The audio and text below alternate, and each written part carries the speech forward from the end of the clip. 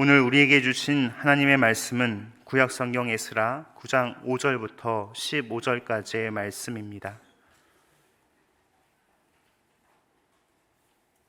이제 제가 하나님의 말씀을 봉독하겠습니다.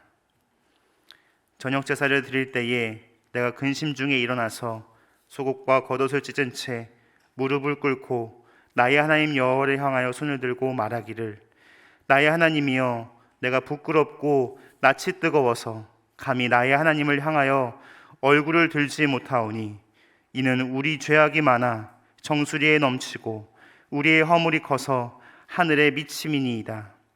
우리 조상들의 때로부터 오늘까지 우리의 죄가 심하매 우리의 죄악으로 말미암아 우리와 우리 왕들과 우리 제사장들은 여러 나라의 왕들의 손에 넘기사 칼에 죽으며 사로잡히며 노략을 당하여 얼굴을 부끄럽게 하심이 오늘날과 같으니이다. 이제 우리 하나님 여호와께서 우리에게 잠시 동안 은혜를 베푸사 얼마를 남겨두어 피하게 하신 우리를 그 거룩한 처소에 박힌 못과 같게 하시고, 우리 하나님이 우리 눈을 밝히사 우리가 종노릇하는 중에서 조금 소생하게 하셨나이다. 우리가 비록 노예가 되었사오나 우리 하나님이 우리를 그 종살이하는 중에 버려두지 아니하시고 바사 왕들 앞에서 우리가 불쌍히 여김을 입고 소생하여 우리 하나님의 성전을 세우게 하시며 그 무너진 것을 수리하게 하시며 유다와 예루살렘에서 우리에게 울타리를 주셨나이다. 우리 하나님이여, 이렇게 하신 후에도 우리가 주의 계명을 저버렸사오니 이제 무슨 말씀을 하오리이까? 전에 주께서 주의 종 선지자들에게 명령하여 이르시되, 너희가 가서 얻으려 하는 땅은 더러운 땅이니 이는 이방 백성들이 더럽고 가증한 일을 행하여 이 끝에서 저 끝까지 그 더러움으로 채웠습니다. 그런즉 너희 여자들을 그들의 아들들에게 주지 말고 그들의 딸들을 너희 아들들을 위하여 데려오지 말며 그들을 위하여 평화와 행복을 영원히 구하지 말라. 그리하면 너희가 왕성하여 그 땅의 아름다운 것을 먹으며 그 땅을 자손에게 물려주어 영원한 유산으로 물려주게 되리라 하셨나이다. 우리 악한 행실과 큰 죄로 말미암아 이 모든 일을 당하였사오니 우리 하나님이 우리의 죄악보다 형벌을 가볍게 하시고 이만큼 백성을 남겨주셨사오니 우리가 어찌 다시 주의 계명을 거역하고 이 가증한 백성들과 통혼하오리이까? 그리하면 주께서 어찌 우리를 멸하시고 남아 피할 자가 없도록 진노하지 아니하시리이까? 이스라엘 하나님 여호와여, 주는 의로우시니 우리가 남아 피한 것이 오늘날과 같사옵거늘 도리어 주께 범죄하였사오니 이로 말미암아 주 앞에 한 사람도 감히 서지 못하겠나이다 하니라. 아멘. 사랑하는 성도 여러분, 여러분은 기도가 뭐라고 생각하십니까? 지금 5초의 시간을 드릴 테니까 마음속으로 나는 기도가 뭐라고 생각한다 한 문장을 한번 떠올려 보실까요? 뭐 어렵게 생각할 거 없습니다. 기도란 무엇이다 떠올려 보셨습니까? 성도님들께 이 질문을 드리면 열의 아홉은 기도란 하나님과의 대화입니다, 그렇게 대답하시는 경우가 많습니다. 그 대답이 아닌 답이라도 다 맞습니다. 여러분이 기도란 어떤 것이다 라고 생각하신 정의들 다 훌륭하고 다 맞습니다. 기도란 하나님과의 대화이죠. 그런데 하나님과의 대화는요, 하나님과 바른 관계성을 전제로 가능합니다. 따라서 만일 하나님과의 관계가 멀어졌거나 손상됐다면 기도 역시 뭔가 문제가 생길 수밖에 없는 것이죠. 따라서 기도 이전에 더 중요한 것은 나와 하나님과의 바른 관계를 맺는 것입니다. 그래서 이사야 말씀을 보면 하나님과의 바른 관계를 세 가지 상징으로 묘사하는데요. 첫 번째는 위를 향해서 바로 놓인 그릇, 그리고 온전한 항아리, 세 번째는 하나님의 구원의 손을 붙잡은 나의 손. 이것이 하나님과의 바른 관계를 상징합니다. 그러면 하나님과 손상된 관계는 어떤 모양새일까요? 엎어진 그릇입니다. 하나님이 은혜와 복을 내려주셔야 되는데 그걸 담지 못하도록 엎어져 있는 거죠. 또한 밑이 깨진 항아리입니다. 또한 하나님의 구원의 손을 놓아버린 손입니다. 그럼에도 불구하고 하나님께서는 우리와 관계를 맺기 원하시기 때문에 우리의 영혼의 그릇이 엎어져 있어도 그 위로 넘치도록 부어주시고요. 우리의 상태가 밑 빠진 독과 같아도 밑으로 빠져나가는 것보다 더 많이 부어서 채워주십니다. 때론 우리가 하나님의 손을 놓아버릴지라도 하나님은 우리를 붙잡아 주시죠. 그러나 구약 성경을 보면 하나님께서는 우리를 그렇게 내버려 두시기를 만족하지 않으십니다. 그리고 하나님과의 바른 관계를 맺도록 우리에게 회개를 촉구하곤 하십니다. 엎어진 그릇을 바로 놓아라. 그래야 내가 부어주는 은혜를 채울 수 있을 것 아닌가. 밑 빠진 독을 메워라. 그래야 넘치도록 채워주지 않겠는가. 내가 너를 붙잡고 있듯이 너도 나를 더욱 붙잡으라. 그래야 나와의 관계가 견고해지지 않겠는가. 그것이 우리를 향하신 하나님의 바람입니다. 사랑하는 성도 여러분, 여러분은 하나님께 무엇을 구하고 있습니까? 혹시 우리의 영혼의 그릇을 엎어놓은 채로 구하고 있기에 받지 못하는 건 아닐까요?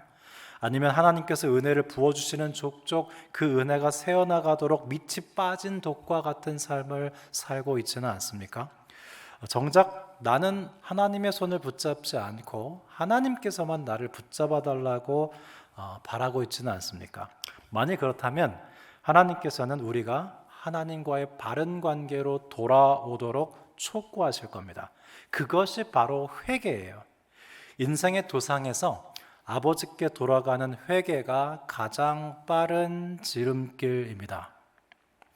이스라엘의 역사는 크게 세 부분으로 나누어 볼 수 있는데요. 포로로 잡혀가기 전과 포로로 잡혀갔을 때와 그리고 포로 생활에서 돌아온 포로기 이후입니다. 지난 시간에 본 다니엘 당시 시대에는 이스라엘이 바벨론의 포로로 잡혀 있을 때였는데요. 다니엘은 왜 회개 기도를 했죠? 이스라엘이 하나님께 불순종했기 때문에 하나님은 이스라엘을 70년간 바벨론에 붙이시고 그들이 하나님께 돌이켜 회개하기를 바라셨습니다. 그런데 정작 이스라엘은 바벨론의 포로 생활이 다 찬 70년이 되기까지 온전한 회개를 하지 않았죠. 그래서 다니엘은 포로 생활에서 풀려나기에 합당한 준비가 되지 않은 이스라엘 백성들을 위해서 대신해서 회개 기도를 했습니다. 오늘 본문은 에스라가 회개 기도를 하는 장면인데요. 그러면 에스라는 왜 회개 기도를 했을까요? 오늘 본문의 에스라의 시대는 바벨론 포로기 이후입니다. 그러니까 이스라엘 백성들이 예루살렘으로 귀환했을 때의 시기인데요. 근데 이게 웬일입니까? 에스라가 와보니까 이 예루살렘의 포로 귀환 공동체가 바벨론에 붙잡혀 가기 전과 똑같은 죄 가운데 있는 것입니다. 여기서 그렇다고 해서 다시 이스라엘 백성들을 하나님이 징계하시기 위해서 또 어떤 이민족에게 포로로 붙잡혀 가게 할 수는 없는 노릇 아닙니까? 여기에 기가 막혀서 에스라가 회개 기도를 하는데요. 에스라서 전체에서 가장 핵심 구절인 에스라 9장 6절 말씀을 읽어드리겠습니다. 에스라의 기도입니다. 말하기를 나의 하나님이여 내가 부끄럽고 낯이 뜨거워서 감히 나의 하나님을 향하여 얼굴을 들지 못하오니 이는 우리 죄악이 많아 정수리에 넘치고 우리 허물이 커서 하늘에 미침이니이다. 여러분, 에스라의 회개 기도가 어디서부터 시작하고 있죠? 이스라엘 백성들의 죄에 대한 부끄러움으로부터 회개 기도가 시작되고 있습니다. 2016년도에 개봉했던 이준익 감독의 동주라는 영화가 있습니다. 이 영화는 윤동주 시인의 일대기를 그린 영화인데요. 영화의 내용 중에 이 대학생 윤동주가 당시 문필가인 정지용 선생을 찾아가서 이 상담을 합니다. 그때 이 정지용 선생이 윤동주에게 일본 유학을 권해요. 그때 대학생 윤동주가 이렇게 답합니다. 일제치하의 이름을 일본식으로 바꾸는 것도 부끄럽고 일본으로 유학 가는 것도 부끄럽습니다. 독립운동을 해야겠는데 일본으로 유학 가는 게 부끄럽다는 거죠. 그러자 정지용 선생이 괴로운 듯이 이렇게 말합니다. 부끄러움을 느끼는 것은 부끄러운 것이 아니라네. 부끄러움을 느끼지 못하는 것이 부끄러운 것이라네. 부끄러움을 느끼는 것이 부끄러운 것이 아니라네. 부끄러움을 느끼지 못하는 것이 부끄러운 것이라네. 회개는 전에는 부끄럽지 않았던 죄가 부끄럽게 여겨짐으로 시작하게 됩니다. 그런데 여기서 우리가 죄책감과 부끄러움을 좀 구별해야 되는데요. 우선 죄책감은요, 사탄이 주는 거예요. 사탄이 우리에게 죄책감을 주면 우리는 죄와 우리 자신을 동일시하게 됩니다. 여러분, 더러운 오물이 나한테 묻는다고 해서 그 오물이 곧 나는 아니죠. 씻어내버리면 되는 건데 사탄은 내가 곧 더러움이라고 착각하게 합니다. 그 결과 우리가 죄책감에 빠지면 하나님은 나를 용서하지 않을 것이다 라고 생각하고 하나님을 떠나죠. 그건 사탄에게 속은 겁니다. 반면 성령님께서는 우리의 죄에 대한 죄책감이 아니라 부끄러움을 느끼게 해주시는데요. 우리가 죄에 대해서 부끄러움을 느끼게 되면 그것이 나와 어울리지 않는다는 걸 알게 돼요. 내가 존귀한 하나님의 자녀로서 그런 죄를 행하는 것이 너무 맞지가 않습니다. 어울리지 않아요. 그래서 그것과 분리하고 싶어집니다. 우리 몸에 더러운 오물이 묻으면 그냥 빨리 씻어내고 싶지 내가 곧 오물이라고 생각하지는 않습니다. 그래서 부끄러움은 우리를 죄로부터 분리시키고 하나님께 돌아가도록 합니다. 가롯 유다는 자신의 죄에 대해서 죄책감에 빠졌기 때문에 자신을 죄와 동일시하면서 예수님께 돌아가지 못했죠. 반면 시몬 베드로는 자신에 대해서 부끄러움을 느꼈습니다. 그래서 자신을 죄로부터 분리하고 예수님께 돌아갈 수 있었습니다. 오늘 본문의 에스라도 하나님 앞에 이스라엘의 죄를 부끄러워하지만 오히려 하나님 앞에 더 나아가서 죄로부터 분리되고 있습니다. 신앙의 고전을 읽어보면요, 영적인 대가일수록 죄에 대한 부끄러움을 자주 깊이 느끼는 것을 볼 수 있습니다. 이 가을에 하나님, 저의 죄에 대해서 부끄러움을 느끼게 해주십시오 라고 기도해 보시면 어떨까요? 그런데 오늘 본문을 자세히 보면 에스라의 기도가, 이스라엘 회개 기도가 독특하게 전개되고 있습니다. 기도의 주어가 바뀌는데요. 6절에 보면 나의 하나님이여 라고 시작해서요, 9절과 10절과 13절에는 우리 하나님이여 로 확장되고요, 마지막 15절에 이스라엘의 하나님이여 로 더욱 확장됩니다. 즉 15절에 이스라엘의 하나님이여 라고 국가적인 중보를 하기 전에 9절과 10절과 13절에 우리 하나님이여 라고 공동체적 중보를 하고요, 그 공동체적 중보를 하기 이전에 6절에 나의 하나님이여 하고 개인적인 기도로 시작하고 있습니다. 여러분, 이것이 기도의 동심원적 구조예요. 우리가 누군가를 위해서 중보를 하기 위해서는요, 내가 먼저 하나님과 바른 관계를 맺고 있어야 합니다. 나와 하나님과의 관계는 깨져 있을 때 누군가를 위해서 중보를 할 수 있지만 그땐 중보가 좀 힘들어요. 중보기도란 내가 누군가를 하나님께 부탁드리는 것이거든요. 따라서 나와 하나님과의 관계가 먼저 긴밀하게 성립이 돼 있어야 중보도 가능한 것입니다. 저는 비행기를 탈 때마다 승무원들이 안전수칙을 설명하는 것을 유심히 보는 대목이 있는데요, 다 유심히 보진 않고요, 한 가지만 확인합니다. 그게 뭐냐면 비상시에 산소 마스크는 반드시 나부터 쓰라는 당부를 잊지 않아요. 여러분도 비행기를 타시면 한번 그 대목을 유심히 보십시오. 저는 그것만 확인하고 딴짓합니다. 반드시 비상시에 산소 마스크는 나부터 쓰게 돼 있어요. 그래야 남을 도와줄 수 있거든요. 만약에 산소 마스크를 남부터 씌우면 나는 기절하는 거예요. 남을 도울 수 없고 민폐만 끼치는 겁니다. 따라서 비상시 산소 마스크는 나부터 쓰게 돼 있듯이 기도도요, 먼저 나와 하나님과의 관계가 먼저 서야 중보 기도를 할 수 있는 것입니다. 에스라도 이스라엘 백성의 죄를 자신의 죄로 여기고 하나님 앞에서 먼저 자신의 죄를 회개한 다음에 공동체의 죄와 나라의 죄를 회개하고 있는 것을 볼 수 있습니다. 가만 보면 우리는 나 자신의 죄에 대해서는 별로 관심이 없고요, 다른 사람의 죄에 대해서 관심이 많은 경향이 있습니다. 소위 말하는 뒷담화라는 게 뭐죠? 335 모여서 다른 사람의 잘못에 대해서 이야기하면서 그 사람을 아예 그냥 몹쓸 사람으로 만들어 버리는 거예요. 그러나 뒷담화를 즐겨하는 사람일수록 역설적으로 자기 자신의 죄에 대해서는 무감각하게 됩니다. 여러분, 하나님은 나와 하나님과의 관계 속에서 하나님은 다른 사람의 죄에 관심이 없으세요. 나의 죄를 씻어주시기를 관심하세요. 하나님과 나 사이에 다른 사람의 죄에 관심하는 것은 그릇을 엎어놓는 것이고 항아리가 깨진 것이고 하나님의 손을 놓은 손상된 관계입니다. 하나님은 내 죄에 관심이 있어요. 그릇을 바로 놓으세요. 깨진 독을 메우세요. 하나님의 손을 붙잡으세요. 리차드 포스터의 영적 훈련과 성장이라는 책이 있는데요. 이 책은 기독교의 영성 훈련을 체계적으로 잘 정리한 책입니다. 이 책의 10장에 보면 고백의 훈련이라는 내용이 있는데요. 초대교회 공동체에서는 형제 자매들이 모여서 다른 사람의 잘못을 나누는 것이 아니라 모두 다 자기 죄를 고백하는 시간을 가졌다고 합니다. 한 번은 포스터 목사님이 자신의 죄를 종이에 상세히 적어서 한 신뢰할 만한 형제를 찾아갔어요. 그리고 자신의 죄가 적힌 종이를 주면서 죄를 고백했습니다. 그 시간이 다 지난 다음에 그가 그 죄를 샅샅이 읽는 동안 참 마음이 힘들었다고 그래요.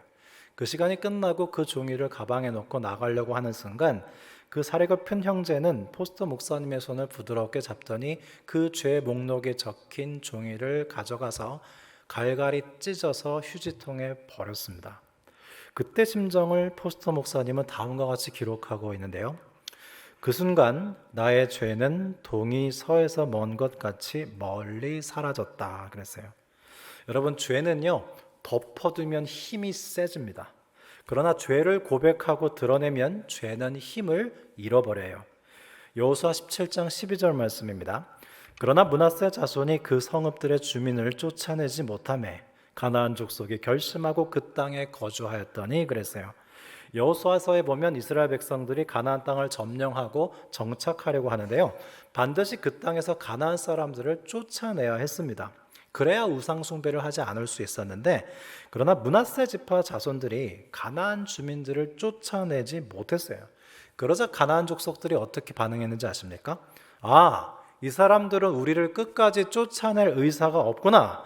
그럼 여기서 같이 살아도 되겠네 하고 아예 결심하고 그 땅에 거주했다는 거죠. 마찬가지로 만일 우리가 우리 안에 거하는 죄를 끝까지 내쫓지 않으면 그 죄들이 어떻게 반응하냐면 이 사람 안에는 계속 거해도 되겠구만 하고요. 뱀이 또아리를 틀듯 우리 안에 결심하고 죄가 거하게 된다는 거예요. 사랑하는 성도 여러분, 내가 끝까지 내쫓지 않아서 내 안에 결심하고 거하는 죄가 있다면 어떤 죄일까요? 우리가 죄를 짓는 즉시 하나님 앞에 나와서 속죄함을 받아야 살아야 하는 이유는 그때그때 죄를 고백하고 죄가 우리 안에서 힘을 잃도록 하지 않으면 우리는 죄의 지배하에 살면서 자유를 잃어버리기 때문입니다. 지금 에스라는 자신의 죄를 고백하고 공동체의 죄를 고백하고 국가적인 죄를 고백하면서 이스라엘이 점점 죄의 지배로부터 벗어나 자유함으로 나가도록 하고 있습니다. 지난주 중에 우리 교회 한 성도님이 저에게 전화를 주셨어요. 월요일 오후에 전화를 주셔가지고 에스라 9장을 예습하셨다는 거예요. 네, 목사님, 에스라 9장을 제가 미리 읽고 예습했는데요. 기도가 안 나오는 것 같아요. 왜 그렇습니까? 아주 좋은 질문을 하셨는데요. 그분이 잘 보시는 거예요. 여러분, 오늘 본문의 에스라의 기도를 자세히 보면요, 죄의 고백이 있을 뿐 용서해달라는 간구가 없어요. 그래서 오늘 본문을 읽으신 분들은 이게 기도인가? 고백 아닌가? 이런 생각이 드셨을까요? 놀랍지 않습니까? 사무엘하 12장에서 다윗이 밧세바를 간음한 일에 대해서 나단 선지자가 다윗을 정죄했을 때 다윗이 뭐라 그러죠?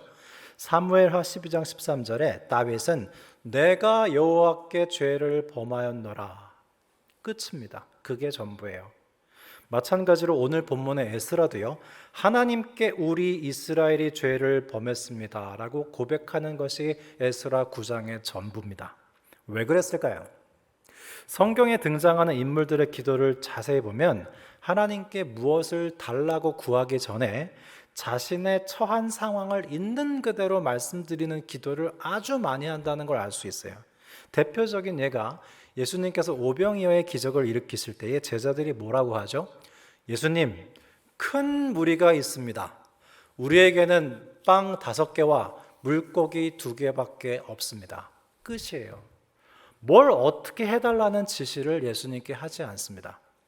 여러분, 이처럼 하나님께 우리의 현재 정황을 있는 그대로 말씀드리는 것은 대단히 좋은 기도예요. 왜냐하면 하나님께서 개입하실 여지를 넉넉히 드릴 수 있거든요. 이번 주 금요일부터 추석 연휴가 시작되는데요. 어느 일간지에 성인 남녀 3,000명 상대로 조사한 그 결과가 있습니다. 추석 명절 때 친지들로부터 가장 듣기 싫은 말 3가지가 있는데 그것은 바로 결혼, 출산, 연봉에 관한 이야기라고 해요. 예, 너는 언제 결혼할 거니?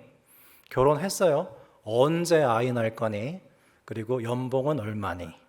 예, 여러분 추석 명절 동안 이 3가지를 묻지 않을 자신 있으십니까? 예, 주님께서 도와주시기를 바랍니다. 명절 때 이야기를 하지 않아도 이미 자녀들을 위한 우리의 중보 기도 안에 이 3가지가 다 포함되어 있을 겁니다. 제가 한번 맞춰볼까요? 하나님, 우리 자녀가 결혼 전에 기왕이면 연봉이 좋은 기업에 취업되게 하여 주시고, 그래서 너무 늦지 않은 나이에 결혼하게 하여 주시며, 육아 기간이 너무 길어서 사회 활동을 계속하는데 어려움이 없도록 한 번에 남녀 쌍둥이를 낳게 하여 주옵소서. 아주 좋은 각본의 기도잖아요. 그렇게 된 경우도 있고요. 우리는 하나님보다 무엇이 가장 선한지 마치 우리가 더 잘 아는 것처럼 각본을 다 짜놓고 하나님께서 승인만 해주시기를 원하는 그런 기도를 할 때가 있습니다. 그런데 여러분, 그런 기도도 하세요. 가장 안 좋은 기도는 안 하는 기도예요. 잘못된 기도라도 하세요. 괜찮아요. 왜냐하면 우리가 기도를 잘못해도 하나님이 그 기도를 이끌어 주세요. 그 기도를 고쳐주세요. 그 기도를 다듬어 주신다고요. 일단 기도를 하면 다 좋은 거예요. 이렇게라도 기도하세요. 그 다음은 하나님이 이끌어 가실 겁니다. 우리는 기도할 때 하나님, 지금 제가 처한 상황이 현재 이렇습니다. 우리의 현실을 있는 그대로 하나님께 말씀드리는 기도, 대단히 좋은 기도예요. 하나님은 지금의 상황을 어떻게 보십니까? 우리는 이 상황을 어떻게 받아들여야 할까요? 이렇게 물으면서 문제 해결 중심의 기도를 하기보다는 하나님의 계획에 우리가 동참하는 기도를 하는 것이 좋습니다. 우리는 어떤 기도 응답을 정해놓고 하나님이 그렇게 응답해야 응답이고 다르게 개입하시면 응답이 아니라고 생각하거든요. 그 응답이 제한되는 거고 하나님이 응답하셨어도 응답이 아니라고 생각할 수 있기 때문에 하나님의 개입의 여지를 넓게 드리는 기도가 좋습니다. 하나님, 이 상황을 드립니다. 지금이 이런 가운데 있습니다. 사실 그대로를 일단 말씀드리고 의탁드리는 거예요. 그래서 오늘 본문에서 에스라는 다만 우리가 죄를 지었습니다. 고백하고 하나님의 개입을 요청하고 있는 거예요. 두 번째로 에스라가 하나님께 고백하되 용서해달라는 간구를 하고 있지 않은 이유는 그가 용서의 메커니즘에서 벗어나 있기 때문입니다. 용서의 메커니즘이 뭐죠? 아무리 죄를 짓는다고 하더라도 회개하면 하나님은 용서해 주신다는 공식이죠. 일면 맞습니다. 그런데 여러분, 죄 용서는요, 마치 자동 판매기에 회개라는 동전을 넣으면 죄 용서라는 결과물이 나오는 그런 것이 아니에요. 엄밀하게 말해서 죄 용서는 우리가 회개했기 때문에 당연히 하나님께서 우리에게 주실 수밖에 없는 인과작용에 의한 것이 아닙니다. 죄 용서의 은총은 하나님의 주권적 자유로 우리에게 주시는 거예요. 회개는 다만 그 은총을, 죄사함의 은총을 받기에 합당한 자세요 태도일 뿐입니다. 회개할 때 내가 용서받았다는 것을 알게 돼요. 그래서 회개하는 것이지 회개함으로 죄 사함을 따내는 것이 절대 아닙니다. 죄 사함은 전적으로 하나님의 주권적 은혜예요. 우리의 무엇으로 인해서 받아낼 수 있는 것이 아닙니다. 에스라는 그것을 간파하고 하나님 앞에 죄를 고백할 뿐 하나님께서 주시는 죄 용서의 주도권은 하나님께 맡겨드리고 있습니다. 그래서 그의 기도에는 죄 고백만 있을 뿐 죄 용서의 당위를 요청하는 기도는 없어요. 사랑하는 성도 여러분, 우리는 살아가면서 하나님을 기쁘시게 한 일보다 하나님을 마음 아프게 해드린 일이 더 많습니다. 유감스럽게도 앞으로도 그러지 않을까 싶습니다. 우린 자신이 없습니다. 그래서 이런 말이 있죠. 예수님을 믿는 그리스도인들은 죄를 회개하지 않아도 되는 사람이 된 것이 아니라 계속해서 죄를 회개할 수 있게 된 것이다. 씻지 않아도 되게 된 것이 아니라 계속 씻을 수 있게 된 것이다. C.S. 루이스도 비슷한 말을 했습니다. 그리스도인이란 절대로 잘못을 저지르지 않는 사람이 아니라 넘어질 때마다 회개하고 다시 일어나 새롭게 시작할 수 있는 사람이다 라고 했어요. 여러분, 이 말에 위로가 되십니까? 그러나 이스라엘 백성들이 죄를 짓고 하나님 앞에 회개하고 용서받는 것을 반복하고 또 반복하면서 그들은 실제 어떤 마음을 갖게 됐을까요? 오늘 본문에 에스라가 기도하는 모습을 보면요, 에스라는 이스라엘 백성들이 죄 짓고 용서받고 죄 짓고 용서받고 또 똑같은 죄를 짓는 것을 보면서 속옷과 겉옷을 모두 다 찢어버리고 수염과 머리털을 뜯습니다. 그렇게 고통스러워하고 괴로워했어요. 여러분, 우리는 어떻습니까? 죄를 졌으면 까짓거 또 회개하면 하나님 또 용서해 줄 테니까 괜찮지, 하나님 쿨하시니까, 그렇게 마음이 가볍고 죄 지어도 괜찮습니까? 아니면 죄 짓고 회개하고 용서받는 것을 반복하는 것이 솔직히 너무 고단하고 힘들지 않습니까? 정말 겉옷과 속옷을 다 찢어버리고 싶고 머리를 쥐어 뜯을 정도로 고뇌해 보신 적 없습니까? 2019년도에 개봉했던 두 교황이라는 영화가 있는데요, 가톨릭 신앙 여부와 관계없이 최고 종교 지도자들이 우리와 똑같은 고뇌를 갖고 있다는 점에서 모두가 은혜를 받았습니다. 실제로 있었던 실화를 영화로 한 것인데요, 지금 현재 교황인 프란치스코가 추기경이었을 때 그는 추기경직을 사임하기 위해서 교황을 찾아가죠. 근데 공교롭게도요, 그 교황 베네딕토 16세인 요셉 라칭거 역시 교황직을 사임하려고 하고 있었습니다. 두 사람은 신학적으로 완전히 반대 입장이지만 똑같은 이유로 자기가 자격이 없다고 생각하고, 한 사람은 추기경직에 사표를 내려고 하고 한 사람은 교황직 사표를 내려고 했습니다. 둘은 깊이 얘기하다가 교감하기 시작하죠. 라칭거는 자신 아래에 있던 젊은 신부가 소년들을 성추행하고 다녔던 것을 묵인했던 것에 대해 죄책감을 가지고 자기는 교황의 자격이 없다고 생각합니다. 프란치스코는 아르헨티나 독재 정권으로부터 후배 신부들을 보호하지 못하고 더 곤경에 처하게 만든 것에 대해서 자신은 자격이 없다고 생각하고 추기경직에 사표를 내려고 해요. 두 사람은 최고 종교 지도자들이었지만 자신들의 죄에 눌려서 힘들어하고 있었습니다.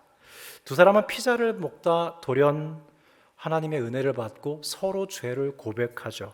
그리고 서로 예수 그리스도의 이름으로 죄 사함을 선포합니다. 그리고 교회 개혁은 자신들의 연약함에도 불구하고 계속되어야 한다는 것을 수긍하면서 자신들의 죄악보다 주님의 용서를 더 크게 받아들입니다. 즉 우리의 회개의 완성자는 우리가 아니라 주 예수 그리스도라는 거예요. 거기서 모든 사람들이 아멘했습니다. 사랑하는 성도 여러분, 우리는 올해 들어서 어쩌면 함께 즐거워하고 함께 우는 것이 그다지 성공적이지 않을지도 모르겠습니다.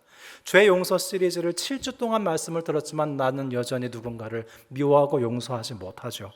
그러나 우리의 영혼의 그릇을 올바르게 놓고 깨진 독을 메우고 우리를 붙잡고 계시는 하나님의 구원의 손을 붙잡으며 하나님께 돌아가는 회개조차 우리가 완성하는 것이 아니라 주 예수님께서 완성하시는 것을 우리는 겸손히 시인해야 할 것입니다.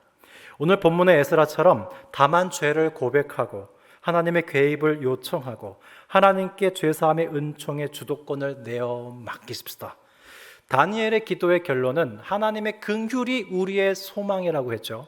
에스라의 기도는 우리와 하나님과의 관계를 회복시키는 회개의 완성자는 하나님이시라는 겁니다. 우리는 우리의 회개를 완성할 수 없다는 겁니다. 그래서 에스라의 기도는 죄 고백에서 끝나죠. 에스라와 느헤미야는 본래 한 권의 책인데요, 이 두 권의 책은 참 신비로운 책입니다. 제가 가을에 느헤미야 강해를 하려고 합니다. 왜냐하면 이 두 책은 개혁이 실패했다는 것으로 끝나요. 아니, 에스라가 9장에서 회개 기도를 했으면 마지막 10장에서 이스라엘 백성들이 다 회개하고 해피엔딩으로 끝나야 되는 거 아닙니까? 그러나 에스라 느헤미야는 개혁의 실패로 끝납니다. 우리말 성경은 구약 성경의 마지막이 말라기지만 히브리어 성경은 에스라와 느헤미야가 왜 실패로 끝난지를 그 책을 편성함으로 메시지를 주는데요, 히브리 성경의 구약 성경 마지막은 에스라와 느헤미야로 끝나요. 실패로 끝납니다. 그리고 무엇이 이어지죠? 신약 성경이 이어집니다. 즉 이것이 의미하는 바는 우리는 예수 그리스도 없이는 완성될 수 없다는 의미입니다. 그래서 구약 성경의 마지막은 에스라 느헤미야의 실패로 끝나지만 예수 그리스도가 오시는 복음서로 이어지는 이유는 우리는 우리 자신을 완성시킬 수 없고 오직 예수 그리스도만 우리를 완성시킬 수 있다는 메시지가 있는 것입니다. 사랑하는 성도 여러분, 무엇으로 내 삶을 완성시키려고 하십니까? 내가 내 삶을 스스로 완성시키려고 하기 때문에 문제가 많은 것입니다. 내 삶은 하나님께서만 완성시키실 수 있습니다. 나의 믿음은 하나님이 완성시킬 수 있어요. 내 소망도 하나님이 완성시킬 수 있어요. 내 사랑도 하나님께서 완성시킬 수 있어요. 내 삶에 여러 가지 부족함이 있지만 그것은 내가 완성시킬 수 없어요. 하나님이 우리를 완성시키실 수 있습니다. 내가 죄를 지었습니다. 우리가 죄를 지었습니다. 그러나 이 회개도 우리의 힘으로 완성시킬 수 없습니다. 하나님이 우리의 회개를 완성시켜 주십시오. 이것이 에스라의 기도입니다. 사랑하는 성도 여러분, 우리는 부족함이 많죠. 그러나 우리는 하나님 없이 완전해질 수 없습니다. 우리의 모든 부족함을 하나님께서 완전케 하시고 우리 인생을 하나님께서 완성시키시도록 우리의 모든 삶을 주님께 맡겨 드리십시다. 기도드리겠습니다. 하나님 아버지, 2022년 가을 우리는 다니엘 회개 기도에 이어서 에스라의 회개 기도에 대한 말씀을 듣습니다. 하나님께서는 왠지 우리에게 회개 기도를 원하시는 것 같습니다. 우리가 하나님과의 올바른 관계를 회복하게 도와주십시오. 그래야 할 때 진정 형제 자매들과 함질함을 할 수 있을 것입니다.